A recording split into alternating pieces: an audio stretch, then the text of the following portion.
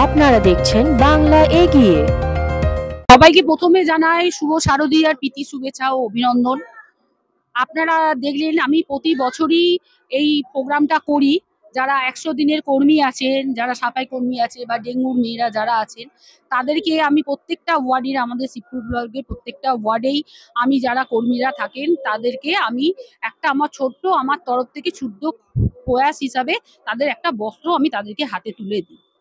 আর আপনারা জানেন পুজোর সময় আমার বিবাহিত মহিলাদেরকে আলতা সিঁদুর দিই, তার সঙ্গে আলতা সিঁদুর দেওয়া হয় আর একটি মিষ্টির প্যাকেট আমরা দিই। এদিকে দেখা যাচ্ছে ১০০ দিনের যারা কর্মী আছে তারা বিগত অনেকদিন ধরে ১০,০০০ টাকা পাচ্ছেন। রাজ্য সরকার কেন্দ্র সরকারের টানাপোড়েনের ভেতরে এনারা সাফার করছে এই কর্মীরা। তাদের পাশেও একভাবে দাঁড়ানো।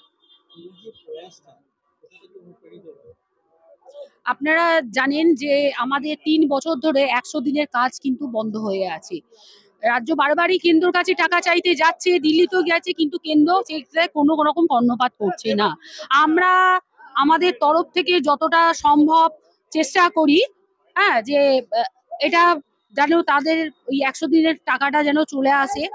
আর ১০০ দিনের যে কাজের ব্যাপারটা আপনারা জানেন হাইকোর্টের নির্দেশ থাকা সত্ত্বেও ছিল যে ১লা আগস্ট থেকে যে এটা আবার চালু হবে, কিন্তু সেটা আবারও হয়নি।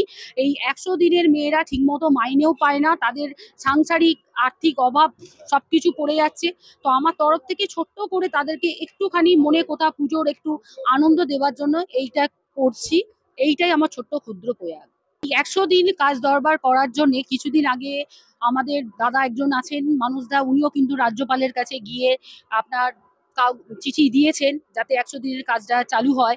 কিন্তু আমরা দেখছি আমরা আবার সেটাকে নিয়ে আবার যত বৃহত্তর জায়গায় যাওয়ার আমরা চেষ্টা করছি।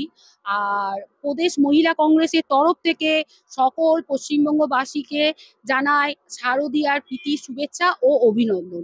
আপনারা সবাই খুব ভালো থাকুন, সুস্থ থাকুন এবং আনন্দ করে পুজো কাটান।